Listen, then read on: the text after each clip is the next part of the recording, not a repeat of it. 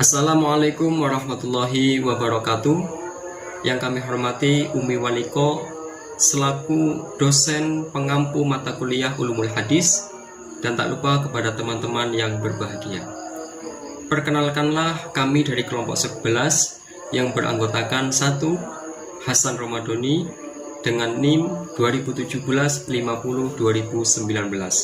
Yang kedua, Muftiatul Mubarakah dengan NIM 2017-50-2011. Dan yang ketiga, Akrimah Akmus Salamah dengan NIM 2017-50-2002. Izinkanlah kami menyampaikan presentasi kami dengan materi yang berjudul Asbabul Wurud. Adapun materi pertama yang akan disampaikan oleh Akrimah Akmus Salamah. Kepadanya kami persilakan. Pertama, pengertian dari asbabul wurud. Asbabul wurud terdapat pada kalimat bahasa Arab, yaitu sebab dan wurud. Sebab atau kronologi terjadinya suatu kejadian, dan wurud artinya datang. Secara terminologi, asbabul wurud merupakan salah satu ilmu yang menjelaskan tentang datangnya sebuah hadis dan menjelaskan tentang keadaan sesuatu yang terjadi pada saat hadis itu muncul. Menurut Nur ad-Din 1997 dan Imam Al-Suyuti telah mengatakan sedemikian rupa tentang asbabul wurud yang kita dapat baca di PPT tersebut. Yang kedua, metode untuk mengetahui asbabul wurudnya hadis. Imam Al-Suyuti telah merumuskan menjadi 3. Yang pertama, sebab yang berupa ayat Al-Quran. Yang kedua, sebab yang berupa hadis itu sendiri. Dan yang ketiga, sebab yang berupa sesuatu yang berkaitan dengan para pendengar di kalangan para sahabat. Berupa yang pertama, sebab yang berupa ayat Al-Quran.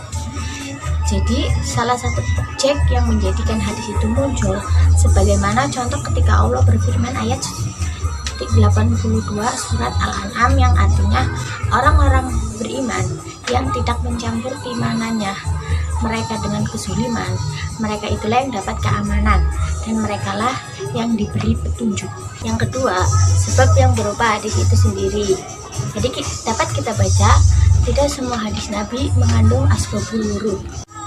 Yang ketiga, sebab yang berupa sesuatu yang berkaitan dengan para pendengar di kalangan sahabat.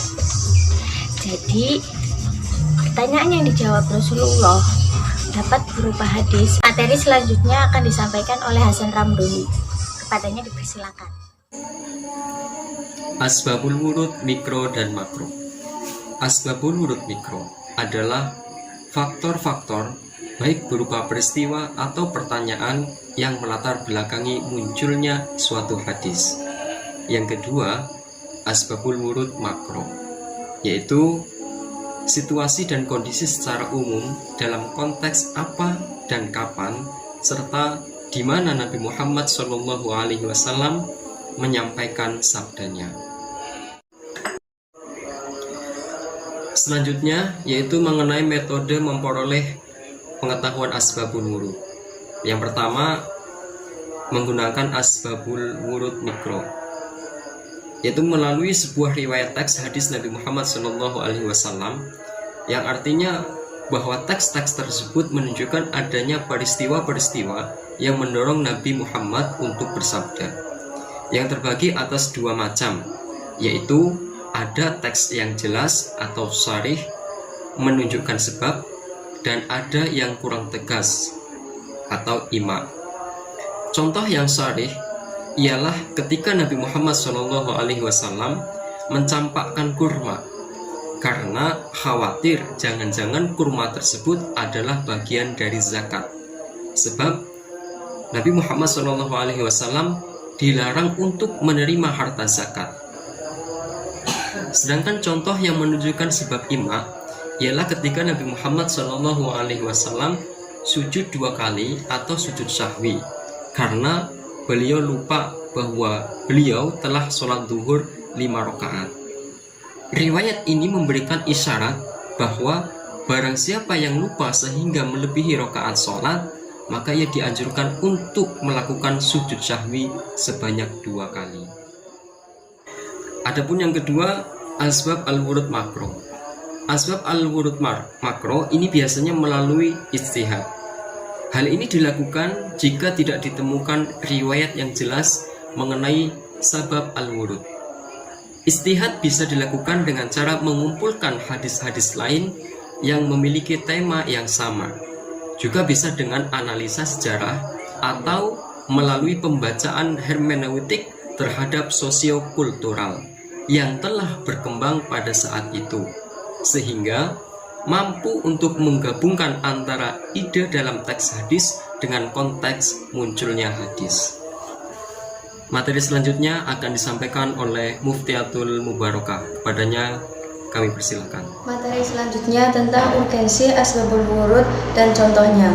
Ada beberapa urgensi asbabul wurud menurut Imam Suyuti, di antara lain yang pertama, menentukan adanya tahsis yang bersifat umum, seperti contoh hadis Musnad bin Hambal yang berisi tentang keterangan dari sebab-sebab ditetapkannya suatu hukum sholat sunnah yang dilakukan dalam keadaan duduk. Lalu yang kedua, membatasi pengertian hadis yang masih mutlak. Contohnya seperti hadis di samping merupakan hadis tentang mencakup perbuatan yang baik dan buruk adalah bersifat mutlak.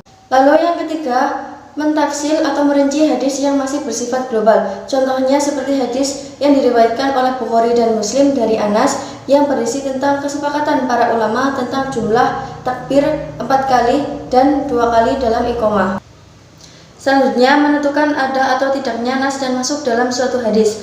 Intinya menurut ulama seperti Imam Syafi'i dan Imam Ibnu Hazm, hadis nas dihapus dan diganti hadis mansukh, sebab hadis nas datang lebih awal dari hadis mansukh. Selanjutnya, menjelaskan ilah ditetapkannya suatu hukum. Contohnya pada hadis Nabi yang melarang minum air langsung dari bejana. Dan yang terakhir yaitu menjelaskan maksud suatu hadis yang masih sulit dipahami. Contoh hadis Nabi yaitu siapa yang mempercayai perhitungan, niscaya ia disiksa di hari kiamat. Baik, materi hanya itu saja yang saya dapat sampaikan. Saya kembalikan kepada moderator. Baik, kepadanya kami sampaikan terima kasih. Demikianlah presentasi dari kami. Kami mohon maaf yang sebesar-besarnya apabila dalam penyampaian materi banyak kesalahan, baik disengaja maupun tidak disengaja.